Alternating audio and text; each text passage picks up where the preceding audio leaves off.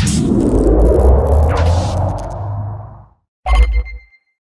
right, and we are live. Hopefully everyone can hear us.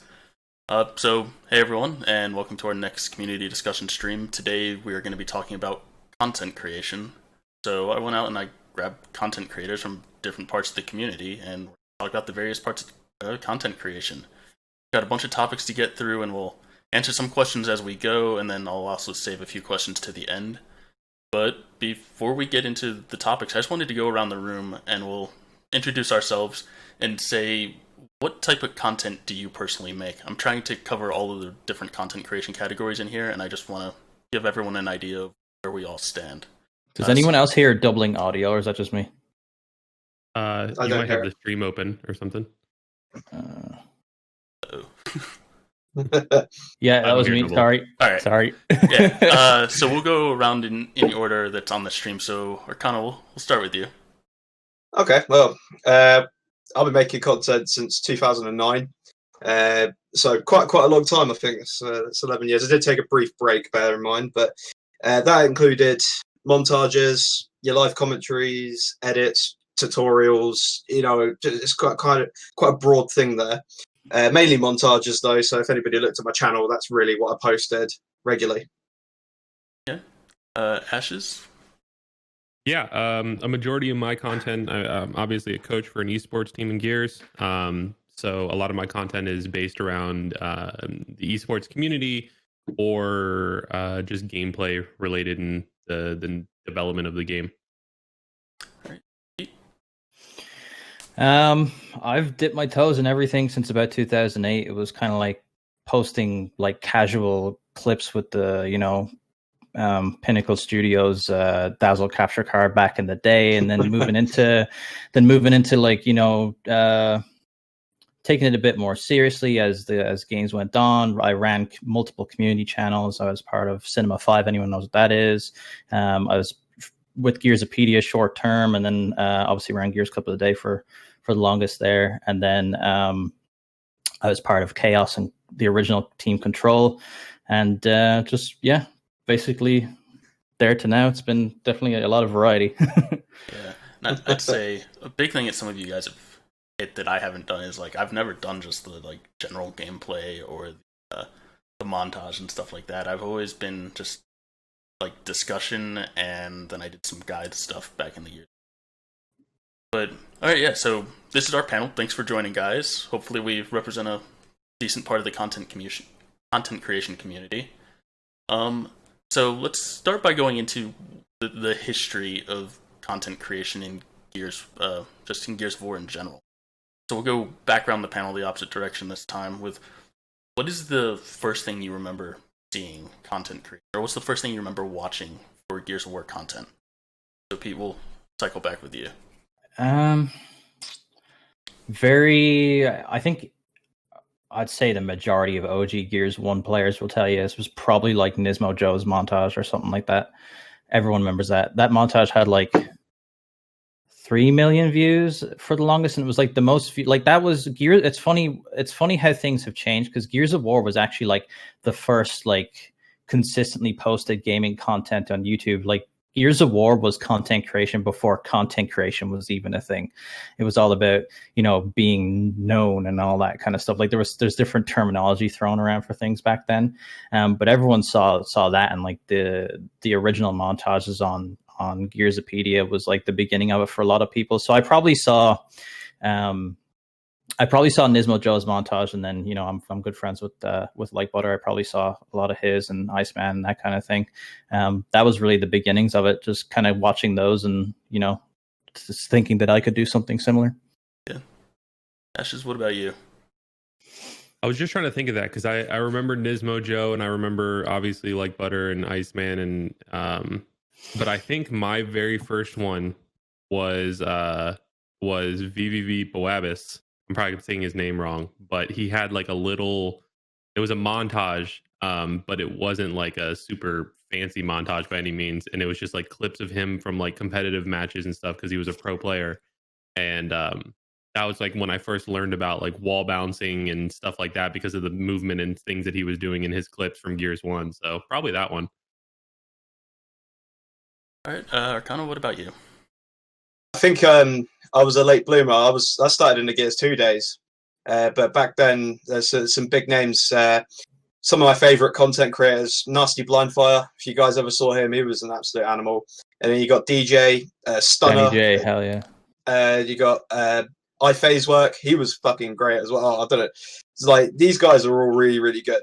And I really aspired to be like them. I didn't have any friends on Gears. I just kind of come out of the woodwork. I just worked really, really hard to try and then be like these people. So I think I started really from grassroots and just worked and worked and worked on the clips that I wanted to do. And those guys are the reason why I started, really.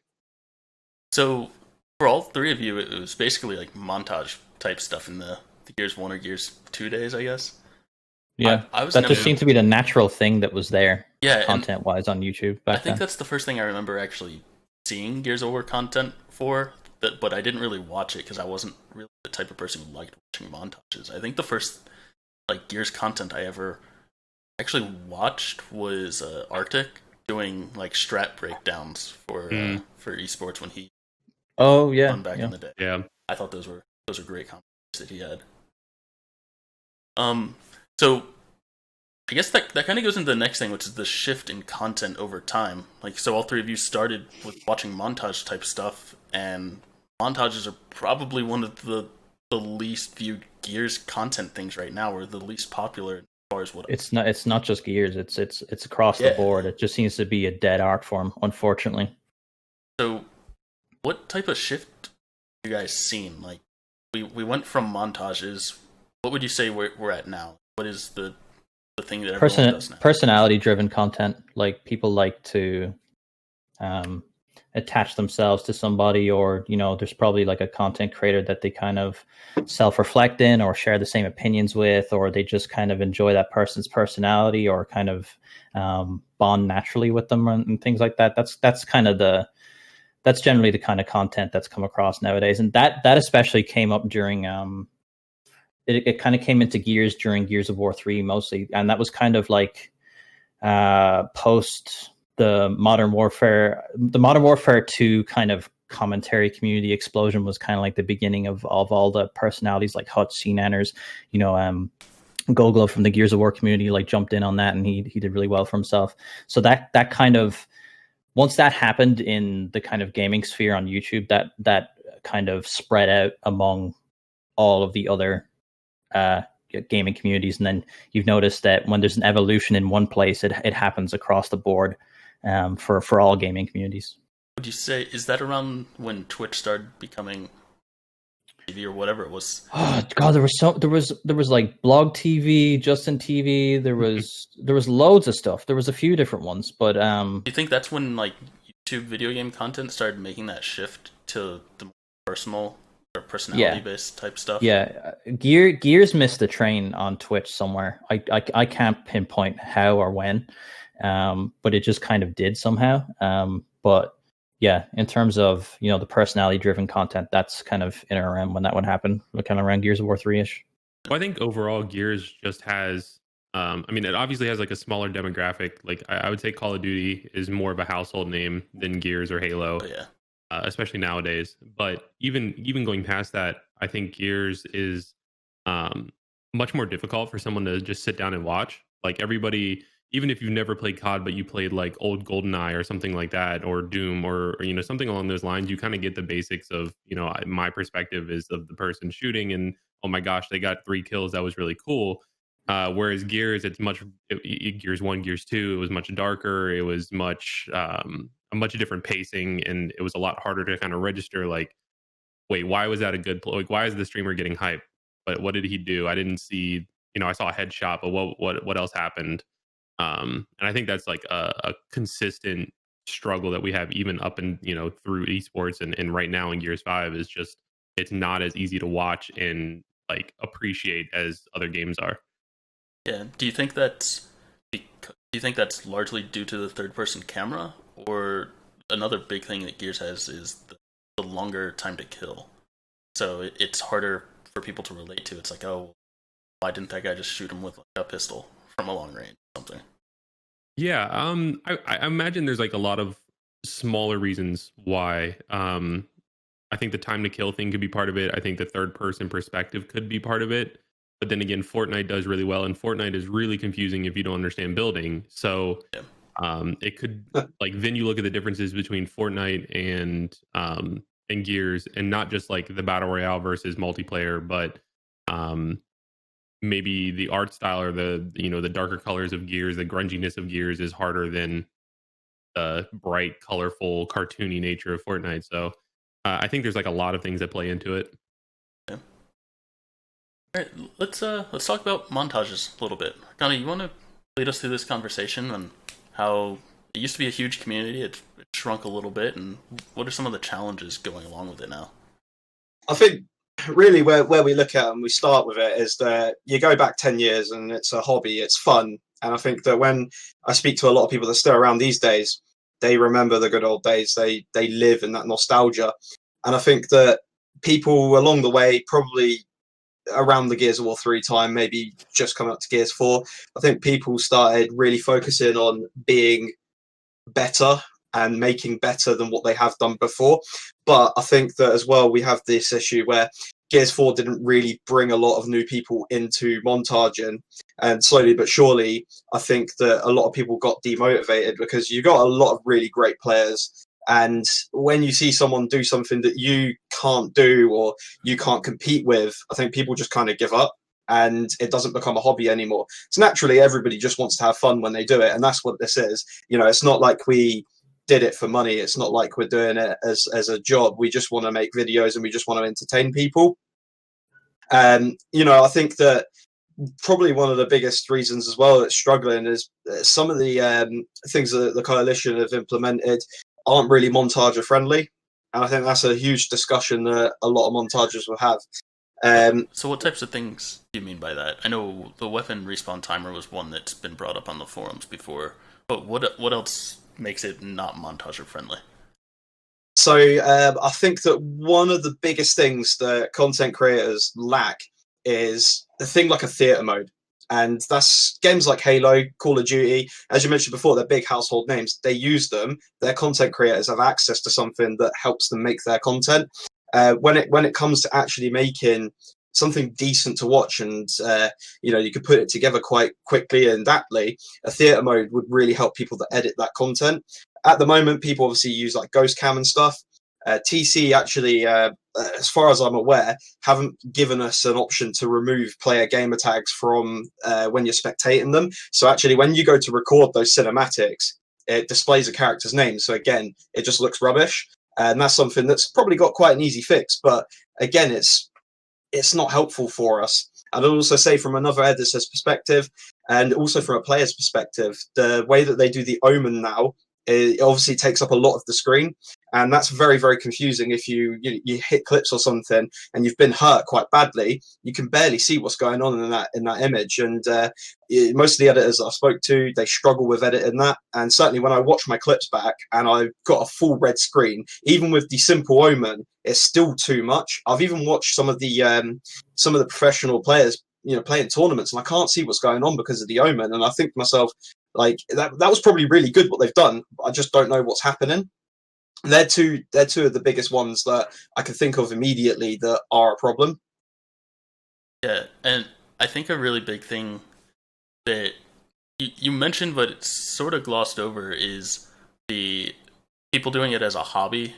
And it seems like a lot of content creation now is people trying to do it professionally and do that for a living rather than just do it as a hobby. And montaging just doesn't seem like it's something that you can really do as a hobby or do professionally anymore. No. And you Pete, would have to do something stream. alongside it. You'd have to do something alongside it. Like if you wanted to be a montager, you might as well just stream yourself going for clips and then save the clips. And that way you're simultaneously making more content while not necessarily changing what you're doing. You know what I mean? You just have to figure out other ways of implementing stuff, like, you know, contacting sponsors and that kind of thing to, you know, go collaborate on your montages and that kind of thing. That's if you want to take it that seriously. But in my head, anyone who's just solely montaging isn't trying to make a career out of it. They're just doing it for fun, and that's fine. Not everyone has to make a career out of it. And it's interesting to me too. Oh, sorry. No, go ahead. I was gonna say it's interesting to me too, because that's like a big from the esports community that's something that we've been like asking for as well as a theater mode. And because right now we record player perspectives of every scrim or tournaments or things like that, and that's how we have to go back and watch it. And then you've seen VOD games reviews, like Halo 3 Yeah. have theater mode since whenever Halo 3 came out on the Xbox 360. So it's like, how can we, where we are at with technology, not have a theater mode? And it's going along with that, it's annoying knowing that the kill cam in Gears is a basic theater mode that they've just coded. It's like it's almost there, sort of. Yeah. But like I always hate saying that. Like I go, you kind of have it there, so it's easy to do. Which nothing in development is ever easy, right? But like the foundation of it is there, and you would hope that one day they would build upon it. But sorry to interrupt you, but just so I can get it out of my head, is that I actually gave that feedback myself, and like Butter, we're at Hypefish Station Winter Brawl 9 many years ago, and Ryan Cleveland was there with a notepad asking us what we wanted to see and what we like and didn't like. And to your points, Arcana, like we said, stuff like the Omen and messy kill feeds, we can't have any of that. We want to be able to have like solid Nasher 5-mans on screen all at one time, so that can be like an exciting component of viewability and people getting excited about clips. That wasn't brought in. You still have that silly thing in the middle of the screen when you die. And we also asked for a theater mode back then, and we still don't have it, which is really unfortunate. It's if you really think about it, all the top games have it. Like all the BRs have it, all the arena shooters have it, all the top esports have it. It would be so nice to get it. Mm-hmm. Also, if you are spectating in Gears 5, at least, and I spend 90% of my time in Ghost Cam. If you're using a controller and you press down on the right thumbstick, I think it takes away names or gamer tags. Just as a heads up. I'll let the guys know, because when I was playing, I've never recorded a cinematic personally, but that was one of the complaints that people had about it. So I'll let them know just in case that's been missed. But I wanted to just bring it back to another point earlier about the hobby side of it. There was one thing that Montages used to work towards, and that was obviously Montages uploaded to channels like Gearsopedia, which we've covered off earlier when Pete mentioned about it. And channels like Gearsopedia, channels like Gears Clip of the Day and stuff like that, they were ones that people actively wanted to submit to 7-8 years ago.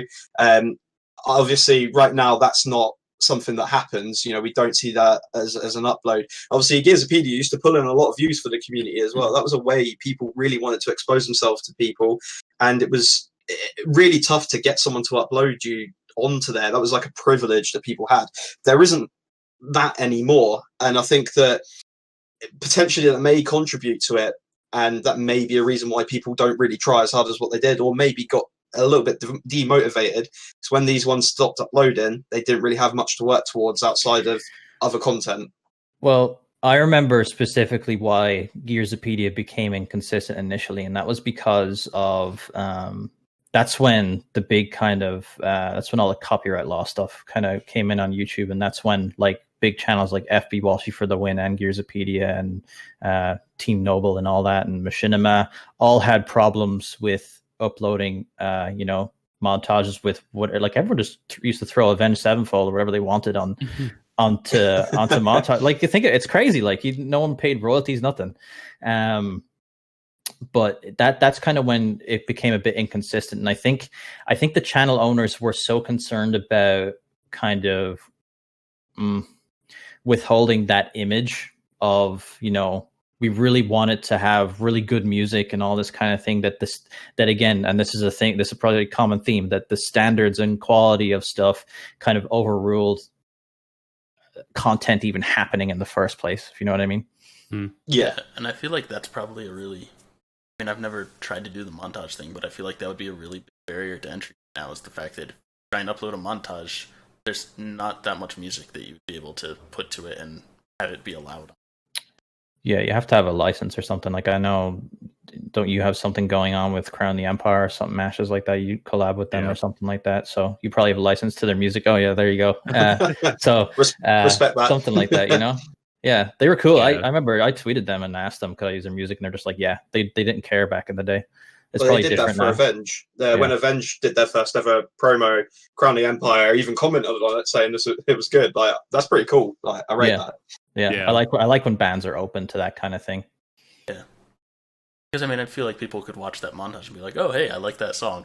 Well, that's how I found a lot of music back in the day through that. It's surprising how the music industry just hasn't, like, jumped on that kind of advertisement. Like, they should, like, you know, big companies like Warner, Chappell, and, you know, UMG or whatever the corporations are called nowadays, is they should have, like, openly available music licenses that are affordable to content creators and advertise their music that way. I don't see why they shouldn't. It's kind of ridiculous if you think about it, because I don't know how many playlists I made solely made up of some of, like, the songs that were featured in my favorite montages. It's kind of insane. A lot of music that I found was because of like Twitch streams. You know, like you would see somebody streaming a game that you wanted to watch, or as a streamer you liked, and bottom left corner they have their iTunes or their Spotify, like, you know, screen showing what's playing, or it's a command in chat. And I definitely think that kills a lot of, especially for the montage community. You know, it's about your clip quality is one, you know, major aspect of it, obviously, but being able to find the right song to capture the right mood that goes around your, you know, your gameplay is like, that's the art form of it in my eyes. So yeah. Good thing nowadays though is the amount of, like, indie artists that are coming out and putting their music on and are open to sharing their music. It's just about trying to find those people, and I think maybe that's just kind of lack of knowledge on someone who's doing it as a hobby, not knowing how to contact somebody like that or how to buy a music license. Like, I have a license with Epidemic Sound, so that's, like, kind of like how I have some background music in some of my stuff. It's only like 15 euros a month or something like that. It's nothing major, you know, so, but it's handy. So, let's see, you mentioned streaming. Let's transition over a little bit and talk about streaming. That has become a huge thing nowadays. Basically, this is being streamed on Twitch, but this is really the only type of thing I stream. I know, Ashes, do you stream on Twitch? I don't watch not Twitch, as consistently as I'd like, but yes. Okay, so all three of you guys are streaming. What is different about streaming, or, like, what makes it great compared to YouTube? I think for the viewers, it's the live interaction. Like Pete was saying, you know, we saw the transition from people just wanting to see gameplay to people wanting to learn more about the personalities of the people behind the gameplay and find somebody that they relate with. Like, cool, you and I both like Gears, and we both like, you know, BMWs as our favorite car, or like whatever the random thing it is that people like latch onto. Live streaming gives you the chance to do that because you don't get to understand or meet that personality. So it's like when we saw vlogging really take off on YouTube, it was that same aspect. Like, people just want to see what their favorite content creators are experiencing and then relate to it. Like, oh yeah, I have to pay, you know, bills too, or I go to the ATM and withdraw money too. Like, it's just random little things. So being able to live stream and you get that personality, even though some people like aren't 100% the same. Obviously, like, there's the on-camera personality and the off-camera. A lot of that appeal of learning about the person and getting to know that person and interacting with them live, having them answer your questions, not just, you know, reply to your YouTube comment a day later. There's something about that that's super appealing to a lot of people. So I think that's why we see the shift going into live streaming a lot more than the actual, like, YouTube videos. What do you think makes for a fun stream? I think it's that chat interaction aspect of it, or do you guys have other aspects of your stream that make it fun? I think it's very subjective between the two, just based on what somebody actually wants to watch in streaming, because what someone comes to my streams for may be very different to what they go to Ash's or Pete's streams, because I'm sure we will make very different content when we do stream. I mean, for me personally, I like to laugh, joke, mess around whilst I play. I don't take it too seriously. You know, I'm not professional in any way, shape, or form. And people like coming into my streams to have a bit of banter with me and just really kind of chill whilst they watch. And I think that for some people that's great, but for others, they may watch me and think I'm a bit annoying. So I guess it just kind of, it's just all very subjective, is the best way I can put it. Depends on the person, right? It definitely depends like on the person. sometimes it's for gameplay. It's for someone who, like, you might be watching someone who gets excited about like the simplest things, and you might be kind of attracted to their innocence of like, you know, well, he gets excited about headshots. I used to get excited about it, but now I don't. But watching this guy get excited about it is quite fun. So I'm going to watch him, or I'm going to watch Ashes because he knows how to, you know, break down strats and gameplay and might be able to give me advice or whatever. I watch Arcana because he blind fires people across the map or whatever, you know. There's all kinds of different reasons why people watch different streamers, and it's all personality based, and it all depends on Migsy in chat said it. He goes, there's a viewer for every type of streamer, and I couldn't put any better than that, to be honest. Usually you see like or at least the way I break it down in my head is like there's like the extremes of like personality and gameplay, and like one of those will be like super high level compared to the other, but the other will be good enough to retain people. So like, you know, you look at people like some of the top streamers like Ninja, right? Like Ninja got his start because he was really, really good. He was one of the first people who invested in the Fortnite and streamed it full time, and he was one of the top players. Same with Myth, right? Like those two were the names that you saw tossed around at the birth of Fortnite a lot because they were the top two players. And then their personalities took over and allowed them to retain that viewership and take them to where they are. Shroud's the same way. Like his gameplay is what captures people, and then his kind of like, it's not monotone or dull because it would sound really negative, but like he's very like blunt and like, yeah, I am really good, but I'm gonna have fun doing it. Kind of personality retains people. And I think you can look at like almost every big streamer, like Nick Merckx, like who transitioned from Gears, right? So we're all familiar with him. Like his personality is what helps people stay. So it's really interesting to see that balance. It's usually one of those carries you and draws the people in, and then the other one helps them stay. Yeah. Really good way of putting it. So one thing I've seen people ask before is like a lot of people aren't familiar with the content creation lifestyle. What are some of the struggles you've had with streaming? Lonely. It's lonely. I'm not the kind of person to feel lonely. Like at least I don't feel like it affects me, but I think I don't know, maybe I need counseling or something, but I think there was times where like I don't know, I think you kind of you get into your own head, you get into your own thoughts. Sometimes you're kind of you know, maybe this isn't good enough, and you kind of like doubting yourself when you shouldn't, and this kind of thing. It definitely wears at you because you're doing a whole lot all at once. Some people take it in stride, and I did for a long time, but for me, I'm sure a lot of people noticed I haven't streamed in a couple of years. It's just it just took a toll on me. Like Ash has said, there's the on-camera personality and the off-camera personality. Off-camera, I'm quite chill, quite quiet person, but when I was on stream, I was kind of putting myself forward and being more vocal than I would naturally be. So I think that kind of sucked at my soul a little bit. So that's a big reason why I'm trying to be careful about my own kind of mental well-being and just making sure that I'm all right there. And that's why I prefer YouTube, is because I get to put my creative kind of flow into a YouTube video, and I can take my time with it, and there's no pressure. There's no one like kind of, come on, Pete, do something. You know, there's nothing like that. Yeah. What about you other two? Are there any big struggles that have stood out to you streaming? I think for me, it's always that starting out. Obviously, I transition in between being a montager where I'm going for clips and I'm making that type of content to streaming more and more regularly, and it's difficult to get people to move from a content that they've enjoyed from you for a long time to then enjoy a different type of content. So it's kind of almost starting over, and you're building a new fan base up, if that's the best way to describe it, really. Because what I do on stream is much different to what I did for my YouTube videos. Yeah. I think for me, it's Burnout. Yeah, and I, you know, I'm pretty. This isn't a secret that like I get burnt out on Gears pretty quickly or pretty easily just because of the current state of the game.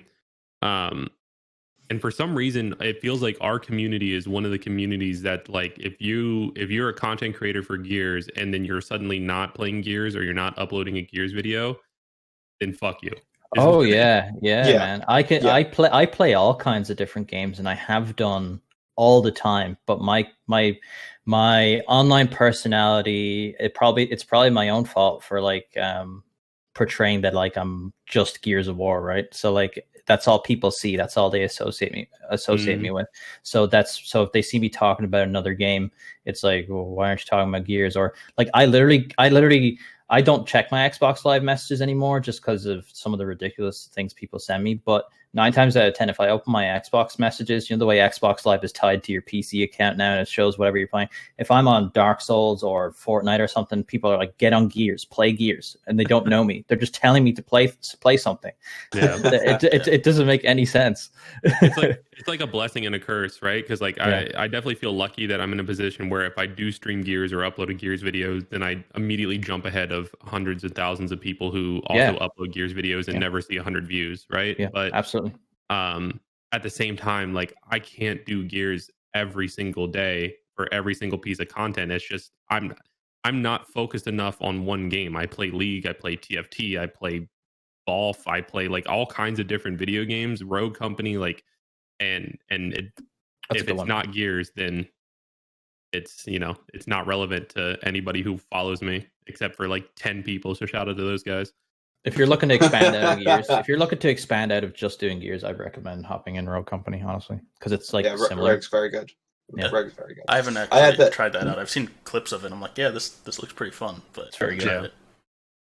I had a similar thing. I actually just posted a tweet the other day asking if my followers would still watch me play Fortnite, because I do play that competitively. And after about sort of 50 votes, it was a no. Yeah. So I mean, that just but proves what you got to do, man, is do it anyway. Like I post mainly Gears, but there's times where games have come out that I've been so excited about that I post it anyway, and it actually, weirdly enough, it does get more views than my Gears content, which is kind of, I don't know what that says about me, if I'm being silly or not, but I think I'm just, the main reason I have a YouTube channel is because of my love and passion for Gears of War, not because I want to be a content creator or some kind of what do they call them, influencers. That's not necessarily what I'm trying to be, you know. It just it's what it happened to turn into, man. Like all I wanted to do was upload videos, get views, and that's it. But then money came into it, and then companies came into it, and then it got called being an influencer. It's kind of it's really weird watching it, like being there from the start and watch it evolve into what it is now. I think you're also in a unique position too compared to like us, because you are at a point where you like, I think they say like if you can get 10% of your subscriber count to view a video, then that's like the mark. So I don't know how many subs you're at, but I know it's way more than the rest of us combined, probably. Almost 60K, I think. What is it? Almost 60,000, I think. So yeah, so you're at 60K. So like if you upload something that's not Gears and you pull 3,000, 4,000 views, which is less than 10%, but still like a solid number, you're going to be put into the algorithm and promote a little bit more to the audiences of that game, rather like, you know, compared to like someone like me who like I'm at like 11.5, I think. So if I upload something that's Gears, I'll get, you know, somewhere from 500 to 1,000 views. And if I upload something that's Rogue Company, for example, I'll get 60 views, and it's not going to get promoted by the YouTube algorithm to the Rogue Company audience. So I think you're in a little bit of a different situation in that regard, where you can upload other content because you've made it to that point where like it's now acceptable. Just like Lyric as a streamer is a variety streamer, Soda Poppin is a variety streamer, but they got their starts because they were so good at World of Warcraft, and like that's where their viewer base came from. So I'm jealous of you. You're at the point where you can transition, but yeah, it's a crossroads in my head. I often think about, like, you know, me being a TCA partner and how hard I worked to get there. Even though that was never a goal, it just kind of became one, or became a position that kind of presented itself. But I do think it would be, it's kind of like a moral crossroads I'm kind of at. Like, do I post other games alongside my Gears content, or do I just kind of keep knuckling down at just pure Gears of War? That's mainly what I think about every day. So I mean, the thing I've always heard, I mean, it happens for content creation, but just life in general, is do what you want to do, what makes you, and like what you're passionate about, and your passion will show through. Like, if you want to do stuff outside of Gears, do it. And if you enjoy it, you're probably going to be doing it. And it might take a little bit, but they will come. Yeah.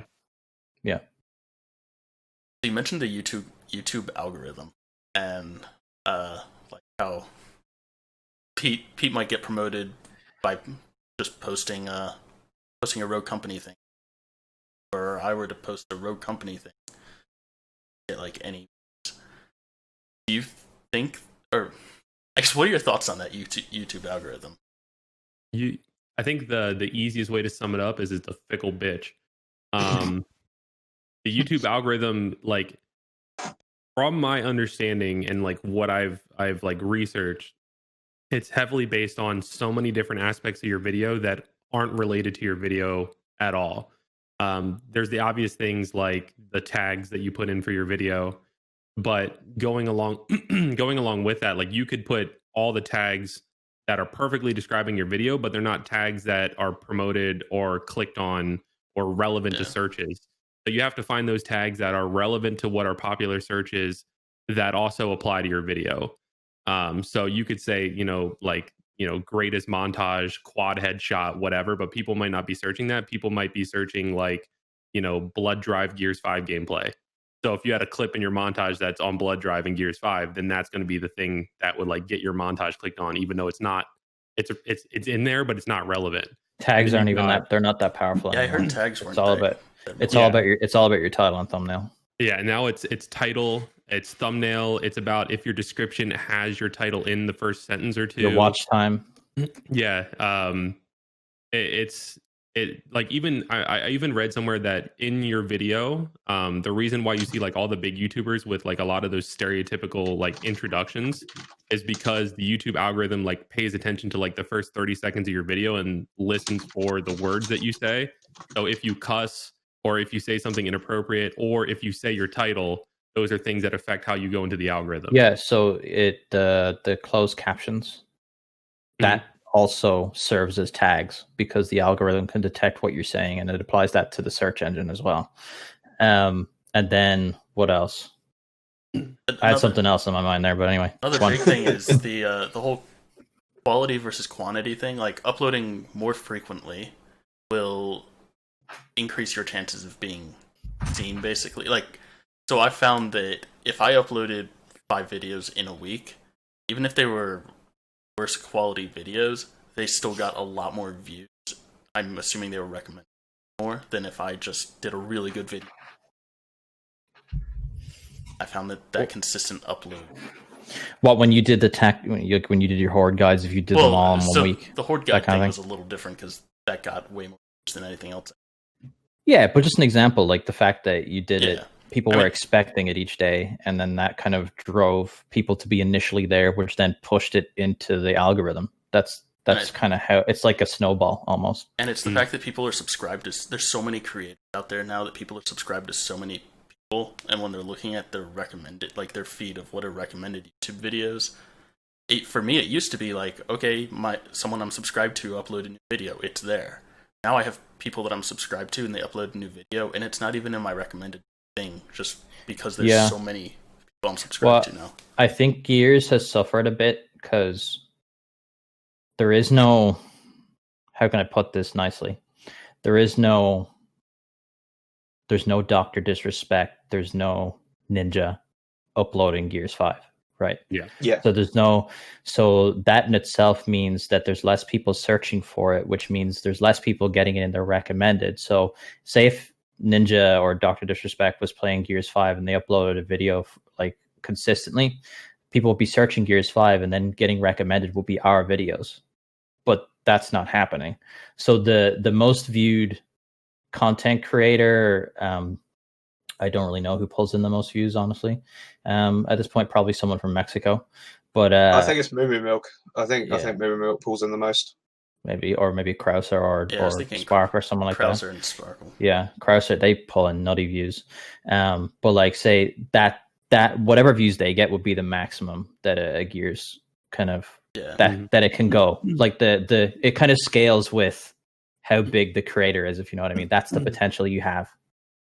I think, well, reading chat, like somebody was asking if we talked about the community or if we were going to talk about it. And I think what Pete is saying can circle back to that point really easily, where we're in a situation as Gears where there aren't a lot of people seeking out, like new people seeking out Gears. Like our community, it kind of is what it is right now, right? And TC has tried a lot of things to expand that, whether that being, you know, the promotions they've done with like bigger content creators. I mean, I remember in Gears 4, like Optic Diesel got sent a couch that was a Gears of War couch. Right, that blew my mind. I remember, like, yeah. what? And you know, obviously Gold Glove is out there because his roots are Gears, so he always comes back. But realistically, you know, we've seen a few times where new or the big content creators have tried Gears because it was kind of the hot topic, and then it came down to like the game just not retaining them. It's the new game that week, right? It was the new game that week. This November will be the new game that week about 7 times, right? Like there's so many games coming out this November. Not everyone's going to stick with every game that's coming out. Like Gears, like this is something the coalition said themselves, is that they kind of, it would have been nice if the game that it was in its current state at launch. If the game was in its current state at launch, I'm sure it would have retained a lot more people. But unfortunately it didn't. But you know, it doesn't mean, I always say it's not impossible for a game to bounce back. If all the updates keep being as quality as they have been, the game can easily kind of bounce back to being where we all want it to be.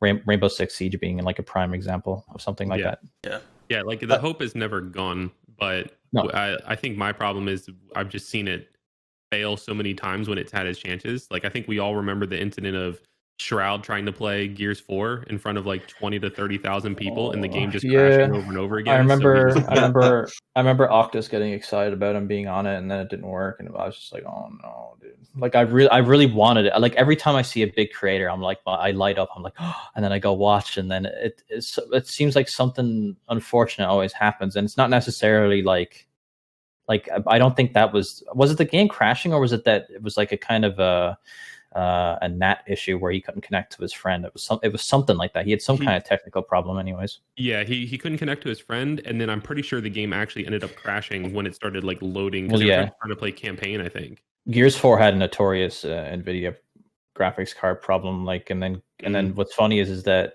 Gears 5 actually had the same issue, but with AMD cards.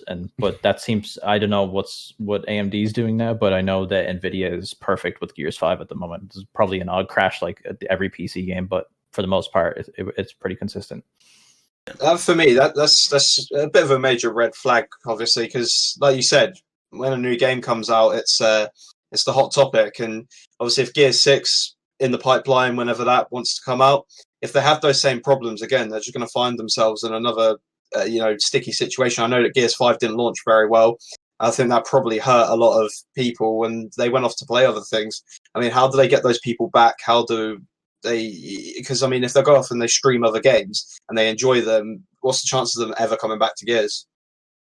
I think it's about having a quality product with replay value. And I mean, I've said this before on stream, so I'm comfortable saying it again. But there was a point, maybe like a month or two ago, where it was easier to answer the question of what works correctly in Gears, or name something that works correctly in Gears. Like you could do that on one hand, basically. Like there was like almost every single feature within Gears had something that was broken to it. Everything from shops to character skins to the actual game types to the maps to the gameplay itself. Like there wasn't ever like a perfect aspect. And I think we're getting a lot of changes in the right direction. But if that question of what works correctly in Gears, like 100% how it's supposed to, then if that's difficult, then how do you retain big streamers with replay value and quality game? Like since we're hardcore Gears fans, it's kind of hard to look at it kind of abstractly or kind of like from the outside, because whenever there's anything Gears, I get hyped about it, so I'm automatically sucked in. So I just I need to try and think of it from like, I always go back to Dr. Disrespect because he did give it a fair shot, I have to say, is that like and he's quite he's quite hard to please. I noticed like he can hop on a new game for 5 minutes and be like, yeah, I'm not feeling this. You know what I mean? Yeah. Like he can just do that. So like, what is he looking for? What was missing then that just didn't retain him? You know, but you know, hopefully things will turn around with Op5 and beyond, and I think they are at the moment. So actually, I have a question for Ashes, just on your point, obviously, about content creators earlier and people coming over like the big ones. Being in the esports and stuff, how does that tie in, obviously, to try and attract people into content creation, or even just joining in with esports? Like, how would you go about that? Well, I think there's a couple of ways to answer that. I think the larger the games community is, the more people you'll see present in all different aspects, right? So like I'm going to use League of Legends because it's very large, and two, I'm very familiar with it. So like the League of Legends esport ecosystem is a lot larger and a lot more stable, and there's a lot more money involved, and there's a lot more players involved because it's a bigger community. I mean, that helps that it's a free to play game and it's on PC, but the game is also a good quality game, and it has been the same game, give or take different meta shifts, for since 2009 when I started playing it, 2010. So I think the community being the size that it is hurts. There would be more montages, right? If there was more Gears players, like overall, just innately, if you say 2% of the Gears community is montagers and the Gears community is 100 people, that would mean 2 people are montagers. But if you double that, or if you made 1,000 people, that means 200 people would be montagers. So, or sorry, 20 people or whatever math. So we understood the point. You understand the point, right? So I think the community being small and hard to get into is a reason why a lot of these other parts of the community, like montaging, like just content creators in general, like the esports community, are a lot smaller compared to other games. And then because of that, the pros, I mean, there's a lot of like pros who are just lazy and don't want to start streaming. There are also just a lot of them that don't enjoy being on camera, which seems kind of contradictory because, we go to events when there's no COVID and there's, cameras all around all the time. I guess they're tolerating that maybe. Yeah. Well, it's like that part is part of the job. Like you're expected to have to be on camera, and you're so distracted with competing that, you're not focusing on it. You're not thinking about it. Yeah. But going and starting your own stream is like going to the gym for the first time, right? Like it's the hardest part is just doing it. And a lot of them don't get over that hurdle, even if they know they could have a massive audience, they can make a lot of money. It's just like that mental block, I think. Yeah. Like I don't want to be harsh by any means, but I think I brought this up to you privately before, which is where like you guys were in Optic Gaming. And I always thought like, why wasn't that whole team streaming and making the most use of those channels? Like, you know what I mean? Like they could have been retweeted to the Optic Nation, like the most passionate, hardcore esports audience there was. I'm not trying to rub in a sore spot. I just kind of like maybe like see what was going on. Like, I agree with you. Like it was a conversation that probably had monthly with them of like, guys, just start your, like, I don't care if we stream scrims, right? Like we have coaches in the lobbies recording VODs anyways, just stream. Turn off voices if you're worried about arguments or, don't want to have to put on a filter or whatever. But like this is free money that's not being like obtained by you guys that you could. And I think Explosive is starting to see that a little bit more because he's been streaming pretty consistently. Yeah. But I will say, in their defense, a large part of the pushback comes back to something that we were talking about, or I was saying a little bit earlier, and that was, the game outside of scrims and the competitive nature of like, esports side of it. There was nothing really capturing to play. In Gears 4, you could at least play escalation pub matches, and the rank system wasn't working, but you could play escalation pub matches and you could stack with your buddies and play. Gears 5 came out, you couldn't even play in 5-stack lobbies for the first however many, 6 months maybe of Gears 5. So they couldn't play in pubs. And then with the way Escalation 2.0 works, like it just, you couldn't play with randoms in that game mode because, Halo Sniper 68 is going to burn through all of his respawns in the first round, and now he's out of the game. So, like it wasn't a good game type to retain new players or beginner players. So you didn't want to play with randoms, but you couldn't play with your friends.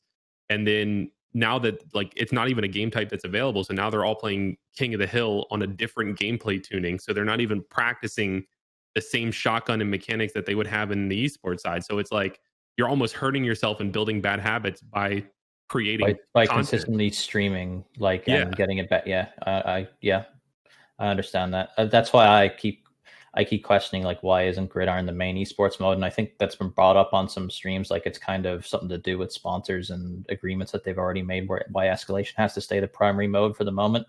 But it would be nice if I was gonna say, when was that an answer that was given to you, out of curiosity?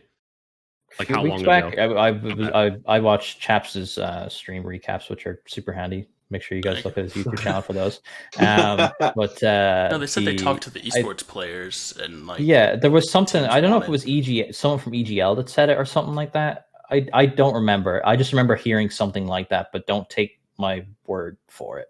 If you know what I mean. I think it was something along those lines. I think there was a very long period of time where a very notorious multiplayer lead designer was inhibiting a lot of the growth that Gears could have had, both from a gameplay side, from an esports side, from a game mode side. If it didn't fit within his vision, then it didn't fit. Right. And that hurt us in a lot of ways. And a lot of the progress that we could have made, or that we even made, going from Gears 3 through UE and 4, was basically destroyed. So I think now that there's been shifts in power and changes, we're seeing positive changes. And to be honest with you guys, a lot of these things are feedback we gave as a pro community. At least I can speak on that behalf. Like, we gave a long time ago, and it seems like they're being received well by a majority of the community, I would say. Like, I don't dare to go on the forums, but no, neither do I. But apparently it's improved a lot. Like Joe Tay is on there a lot, and Jim Bob and all that. So it's a changed place. Of course, it's got its like a little bit of toxicity there, I'm sure, still, but for the most part, it's become a vital kind of place of feedback for them. Yeah, and I think that like my hesitation of the forums is like another topic that I want to bring up, and that's how our community is so small yet also like so divided. Like the casual community thinks that the esports community has it out for them, and that we have this idea and we control the pace of the game. And I can tell you, like 99% of our feedback up until maybe a month ago was just blatantly ignored, or we were lied to. So, and again, it was not everybody at TC, it was one person. So I think like there's this misconception of like the game sucks because the pros wanted it this way. And it's like, have you not seen all of us bitching on Twitter about how we also think the game was in a bad state?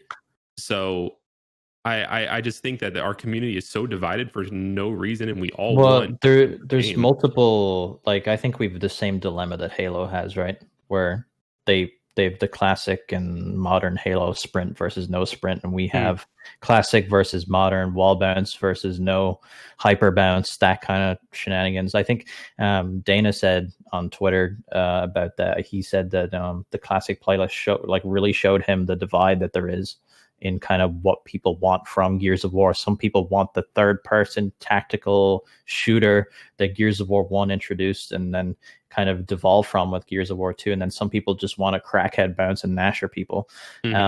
I think my personal opinion is that one is easier to watch and understand than the other. But then some people make good points about, that, the hyper bounce stuff is, leaves more room for outplayability and skill. But then also, in my opinion, that having punishments for making stupid moves is also skillful, and knowing how to counter that stuff. Like that's a whole conversation. It's just unfortunate that both Halo and Gears have somehow created that split somehow in gameplay, and it's divided audience. And I think, I don't know if it's about picking a lane and just going with it and seeing which one invites in more people, or just kind of sticking with the audience and kind of keeping it as is and not really growing it. It just all depends. Well, we've seen the game has been going in a faster and faster pace. From Gears 3 was fast, UE was a remake, so it was slower, but then Gears 4 was fast, and Gears 5 was, I think, even faster for at least a period of time. And we've also seen a decline in viewership, a decline in support on the esports side. And I can't talk about like how many concurrent players there are because do you there's no think way that's for me due to to know. speed or due to escalation being it's harder to understand and spectate than some of the Escalation is not good. Yeah, escalation is not good. I think there's a lot of factors though, but I'm just saying there is a correlation. Like the game has been getting faster overall, and the number of eyes on the game has been going down. Now, I'm not saying they're directly related, but I'm saying there is a correlation there that we should look at. But at the same time, I also like what you were saying, and at that point, like there is like a level of skill that has to be involved to be able to hyper bounce or crack bounce or whatever you want to call it, and countering it. I mean, countering it does take some. There is counterplay to it, but realistically, the reason why you see so many pro players doing that is because the counters aren't as effective as just doing it yourself too. Which is to me where I start seeing an issue from an analytical standpoint. Like if everybody is forced to play one way, then you're not going to have diverse gameplay. You're not going to have interesting matchups or gameplay. It's just going to be everyone doing this hard to watch movement at each other, and whichever one comes out on top it's almost like a dice roll or a coin toss. But like even as a new player looking in, right? If you try to erase like what you know of Gears, and then you come in and you see this third person shooter, and you see them bouncing from wall to wall really fast, it doesn't make sense. You're like, why is the character doing that? It's not like the game is Quake. You know what I mean? It's not like that it's designed to be like ridiculous movement. It's just it's a mechanic that I feel has somehow just it's a mechanic that was exploited in past game that has somehow evolved into a mainstay somehow, and it's there. And I'm not necessarily saying that it's the worst thing ever and it's killing the game. I just think it's limiting I think it's limiting growth personally. Well, I think like that you're saying, I think something similar to what I was saying, where like if you picture Gears 2, right? Like you could be really good at strafing and successful in a shotgun fight. You could be good at air canceling and wall bouncing and be successful in a shotgun fight. You could play from a range and be a successful player. But the reason all of those worked well at the same time is because it was almost like rock, paper, scissors. Like they kind of countered each other in some way. And all of them had a value as a gameplay perspective. So like there were pro players who mainly strafed. There were pro players who mainly wall bounced. And we've lost that somewhere along the way because of the way the numbers are in terms of movement speed and things like that. And I don't know like personally what those numbers are or how to balance it, but I think that's something that's hurt us in terms of the gameplay aspect. Like there's no longer a balance of multiple ways to play the game.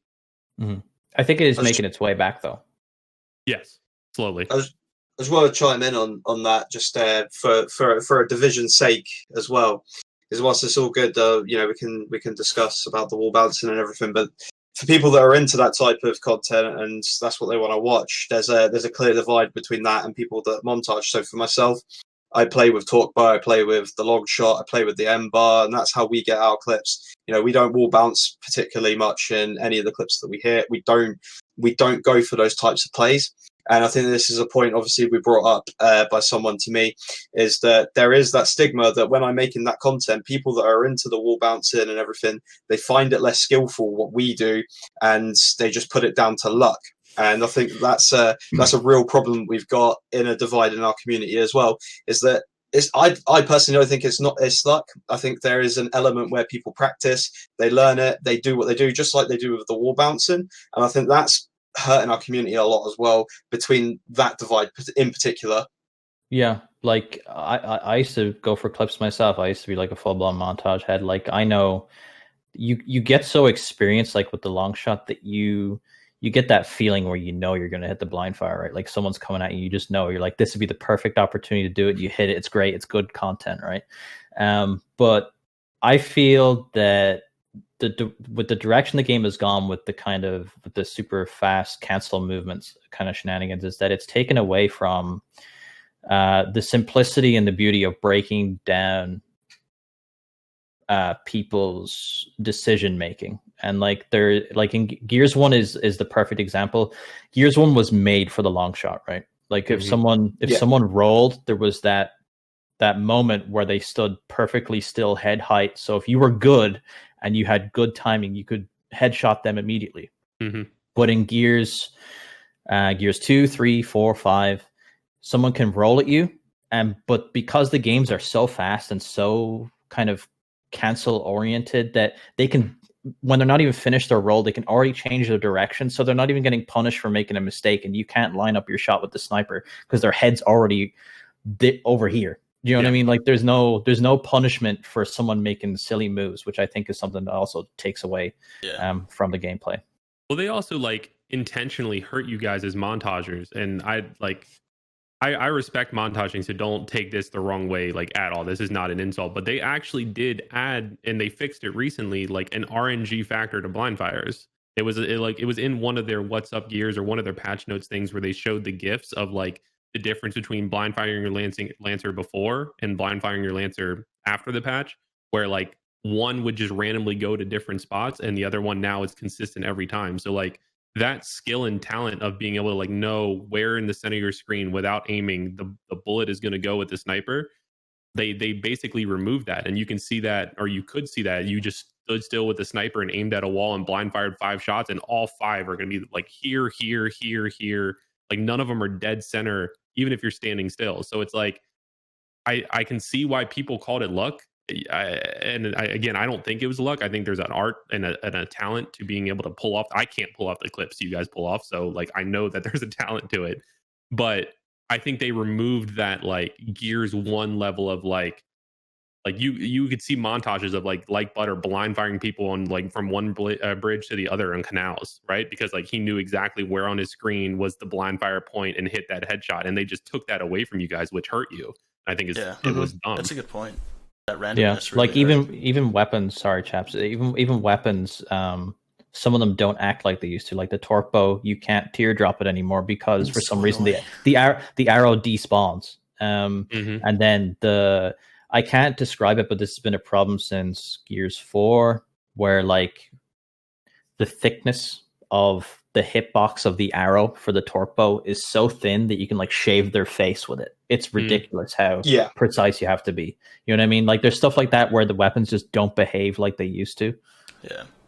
Should I take the opportunity to complain about that a little bit in here as well? Obviously, go ahead, man. we like, obviously we all know, you've all seen it if you've watched the montage. Ataja has hit a collateral headshot with the torque bow on Blood Drive. We all know the spot.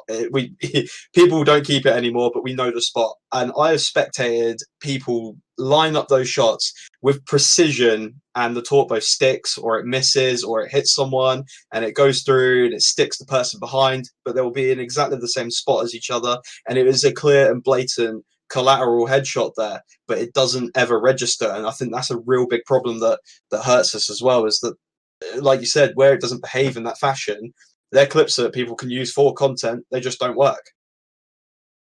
I think it's almost like they're requiring you to be more accurate now, which in theory should require more skill in order to hit these clips, but because you need to be like perfect now, it's becoming less frequent that you're able to actually hit this stuff. We're not asking for it to be easier. It's just what it was, like how it worked before, or I'm saying a reasonable amount. You know? In the past, you said like a torque bow going right past someone's head that would hit them before.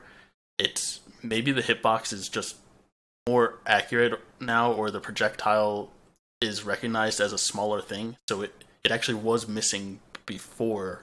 But it was registering like as it could be the change in FPS, it could be the change in netcode, latency, all that kind of stuff. Like maybe the reason that I hit his head is because in the invisible world of hitboxes, his head was actually over here, but it looked like it was kind of almost direct on. It still popped him because it was close enough. But I guess the only way I can describe it is that the hitbox size of the torque bow, even visually, the torque bow, when you're aiming it, it's like it's impossible to see it when you have it fully charged.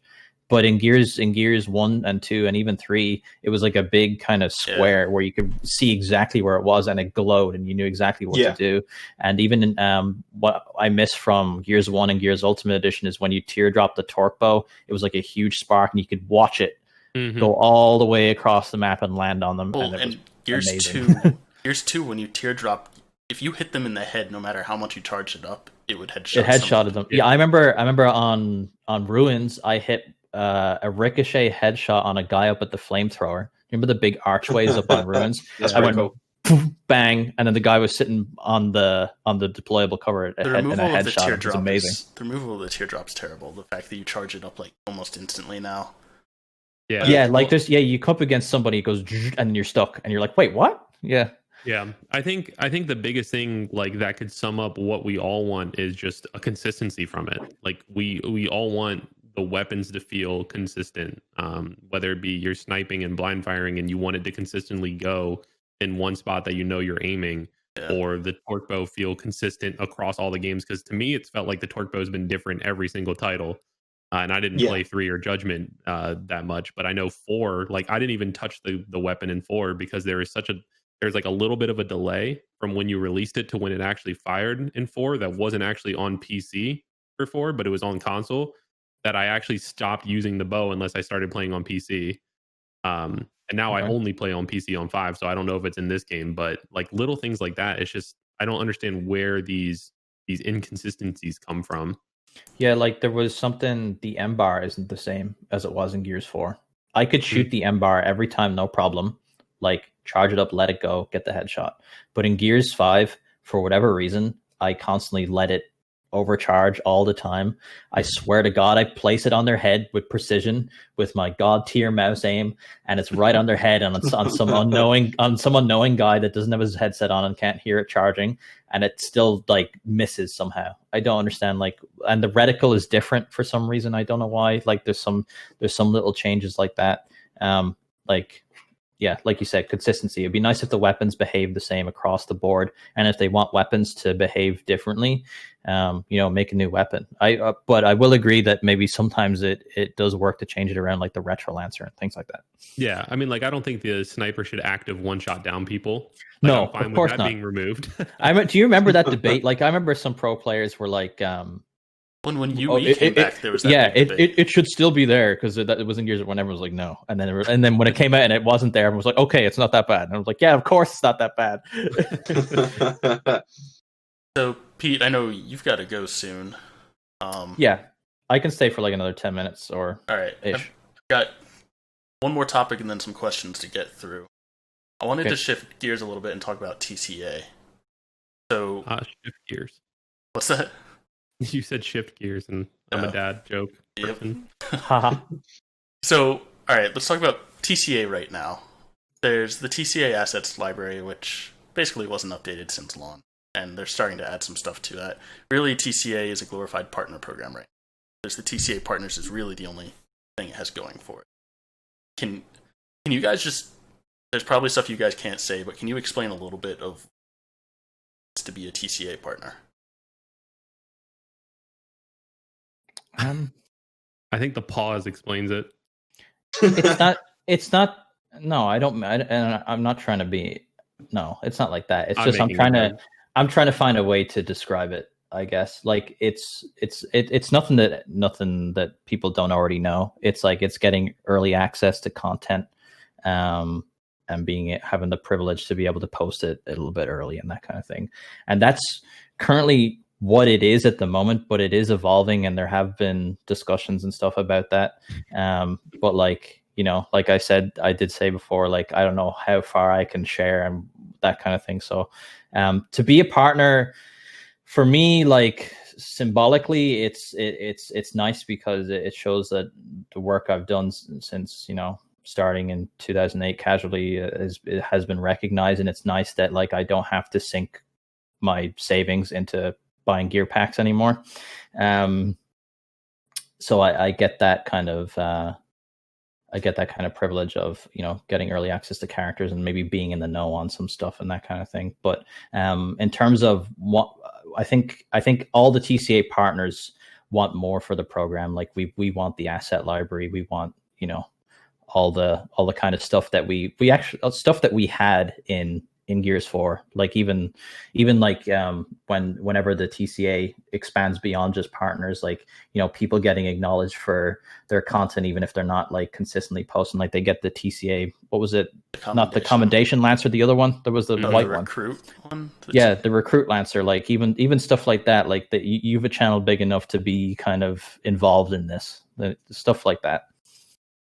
Yeah, I think I'm gonna walk a line here, unfortunately, but I'll the protect TCA you. what? I'll protect you in case you go venture a bit too far. The TCA program, when it started, because I remember when it started, like in Gears 4, it was the original idea, because I had a lot of back and forth with Dana about it. The original idea was finding this like support a creator kind of way that Gears could like promote their content creators and support them and give them early access, like Pete said, to new content. So specifically like people like Raw or Shadows, who do like those, you know, first look at characters and things like that videos. And then be able to have a direct dialogue with people from TC to kind of build this content creator collaborator promotional network among people who all have a passion for creating content around Gears.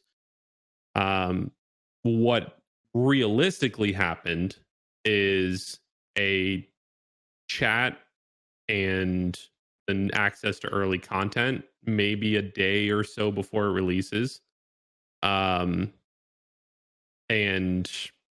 there's some collaboration when there's, you know, content creators who are friends. Like you see that with Shadows and Roar, or you see that with some of the creators from Mexico.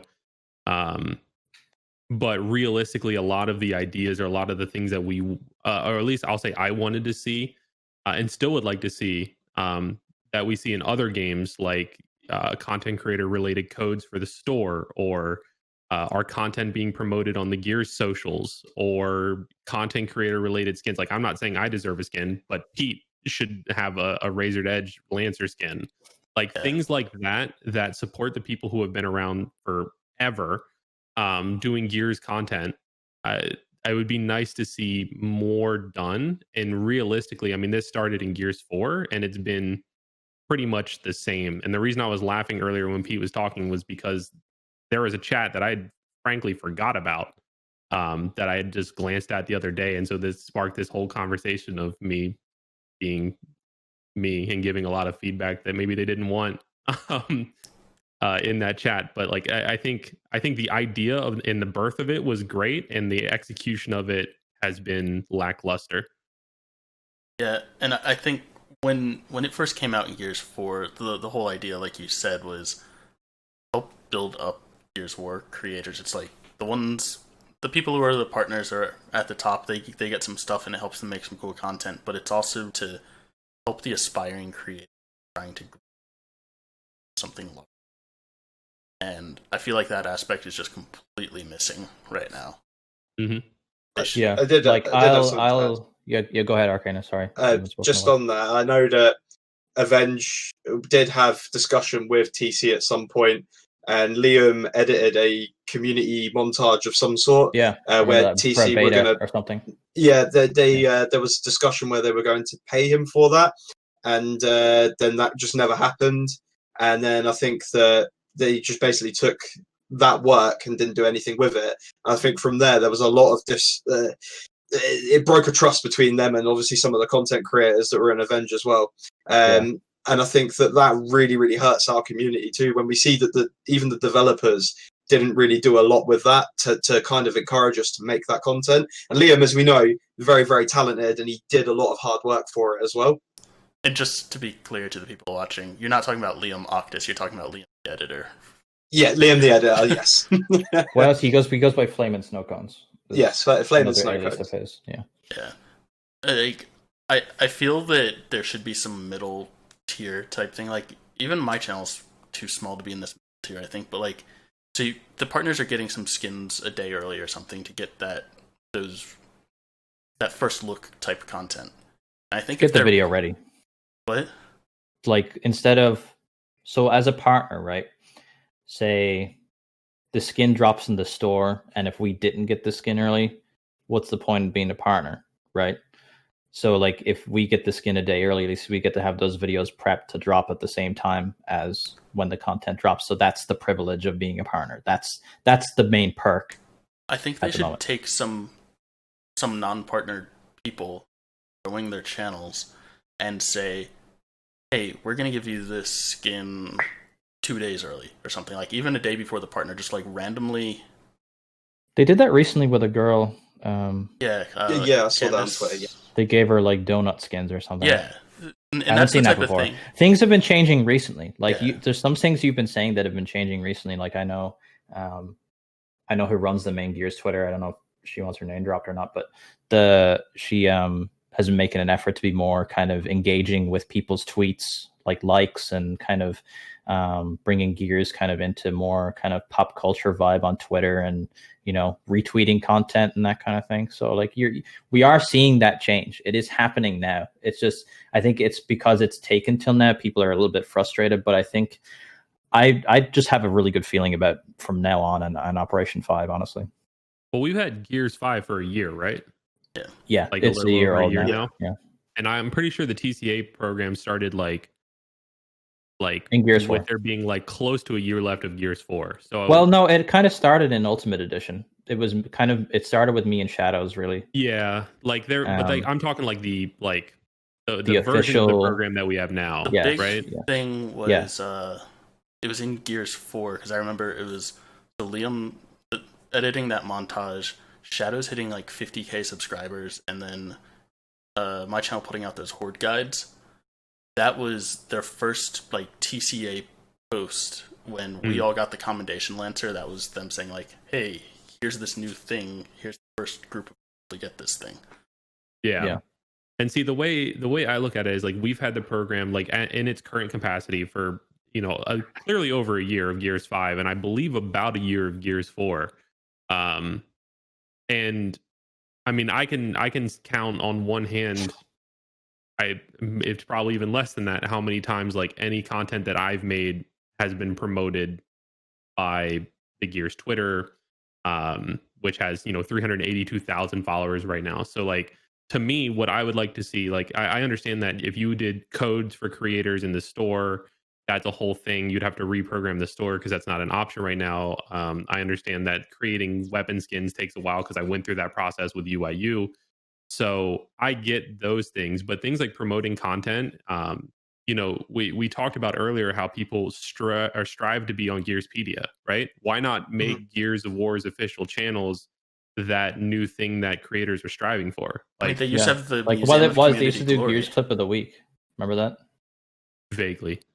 It was basically every Monday they used to post a Gears of War clip. It basically replaced Gears Clip of the Day, and I was kind of happy to see that because it was on an official basis. There was kind of less of that standard toxic bias, and it was just more fun clips. They also did all of that kind of thing. Their weekly blog posts. At the bottom of that, they had I think that's the one time I ever remember one of my pieces of content was being at the bottom of a blog post. But I mean, like, I just feel like there's a lot of really easy ways to promote the content creators. And again, like, I want to exclude myself from this because I do a very bad job of it lately. But the people who are working hard, creating content frequently, their stuff, like, I should be able to log on to the Gears Twitter, or not log on, but go to the Gears Twitter page right now and scroll down and see posts like this week of a video that somebody made. Same thing, in my opinion, with their YouTube channel. It's sitting there with 82,000 subscribers. Why not post Gears stream highlights and take clips from Domes and whoever else was streaming Gears that week and make a little highlights video and promote these streamers and give them another avenue of driving traffic to them. It could be a Microsoft policy thing, maybe, or something like that. Maybe. On that, sorry to cut you off. When I wrote a forum post, Dana took stock of that, and that was one of the things that I brought up was, why do you not utilize your pages to help content creators? And with their latest One Shot One Kill event, they did do a few retweets, and they did like some posts, and they were actually active. So for me, as much as they could probably do loads and loads more, they're starting to do that, and I think that's really positive. So Mm-hmm. I think whilst we've been a bit negative about some of the things they've done, that is a positive we can take from it. Yeah, I think they're the same thing with the esports side. Like they're starting to be active on the Gears esports Twitter too. So like, it wasn't just a content creator thing. It was like across Gears as a game or a genre or whatever community. I definitely think they're starting to make the strides. I think my problem is, and I think a reason I sound more bitter than I intend to is, I've been back in the community since the start of UE, and it just feels like every time we take 3 steps forward, we take another 6 backwards, and it gets frustrating because it seems like such easy things to fix from an outside perspective, that it just gets frustrating, or like or the trust gets broken. And it's how many times can you have that feeling of trust getting broken or being let down before it's just like, all right. Well, like I try to think of it like I try to think of what's the issue now. I think everyone who works at the coalition has the best intentions in the world. I don't doubt that they want to support us and see us all make a living off of this, or want to see the community and the game grow. Manpower. Yeah, that's what I was getting to. There's been a shift in staff, and Rod left, Octus left, Ryan left, someone else left. I forget who else. A good few people left. Andius left. She was great, by the way. There was just a big shift in kind of, and this is a lot to do with the way Microsoft does. They have like contractors and stuff like that. That was talked about on one of the dev streams once. Where like people are leaving, so it's kind of like things get up and running, and someone is behind making something happen, and then that person leaves, and that position isn't filled, or then it's filled by someone new who doesn't exactly is learning how to do what that person was doing, or maybe that role changes somehow or something like that. So, and then you also have COVID thrown in the mix. Like there's just, and then they're all working from home, and it's not necessarily the same setup that they had when things were kind of all back in Vancouver. It's just it's kind of a bit of a cluster. So you have to measure it by what's going on right now. But from looking at the way things are now, I see things headed in the right direction. I see the feedback that everyone's saying being taken on, that they're definitely like actually acting on it is what I see at the moment. All right. Well, in the interest of time, I think we're going to start to wrap things up here. We'll go around the room one last time. You can tell people just any closing remarks you have about anything, and where people can find you online. So, Arcana, we'll start with you again and head through. Yeah, I just think it's been really good to hear from you guys and what you think of the community. Actually, after today, I think we shared a lot of the same frustrations, which I didn't really think that we would. I felt there would have been potentially a little bit more conversation where we were against each other there. But it is refreshing to see that everybody's really on the same page. I think for me, if anybody's interested, you can find me on Twitter mostly, which my hat is on the screen right now for you, or you can find me on Twitch, which is at Control Arcana, which is on my Twitter as well. So you can go from there. But that's mainly where I go. Yeah, and by the way, I'll have all of these links for everybody down in the description for anyone who's watching this on YouTube. So, all right, Ashes? Yeah, thank you for having me and all of us. I really enjoyed this discussion. I think I want to echo something Pete said really quickly and just say, as much as I sound frustrated and kind of bitter about a lot of these things, I do agree with what he said, that a lot of things are changing for the positive. I'm hoping that it continues to go in that path, and that it's like not a point where it's too late. But I don't think it is with a IP as big as Gears. So I'm excited for the future, and I'm hopeful. So you'll keep seeing content out of me, even if it's a little bit slow. So if you want to find me, I'm at TheAshes on everything. So thank you. All right, Pete. Yeah. Well, cheers for doing this again. I think my closing notes will kind of come down to is that I don't want to sound like a PR machine for Gears of War, but I will say that your feedback is heard 100%. Like any conversations I ever have, I always feel awkward talking about like saying I spoke with this person and this, we had a private conversation about this thing, but because I don't like talking about the conversations that I had, because I want to be as respectful as possible in that kind of thing. But I just want to say that, like, your feedback is heard. I see a lot of it being implemented at the moment. I think a lot of big things are coming for Gears of War. I personally don't have insight as to anything big that's coming in that regard. Like, we think there could be like a Hive Buster campaign or something on the way. We don't know. Like, that's not something that's been disclosed to me or anything like that. But I hope something big like that is on the way to kind of reinvigorate and re-engage people who, maybe kind of fell off after launch and that kind of thing. But I have a feeling that Operation 5 will be kind of a big kickstart to getting things kind of in gear. Cool. All right. Well, yeah. Thanks to the three of you for joining. Thanks to everyone who is watching. I'm not making that much content anymore, but I do really enjoy doing these streams, and people seem to. You say that, but you make the weekly recap every week. You do these every weekend.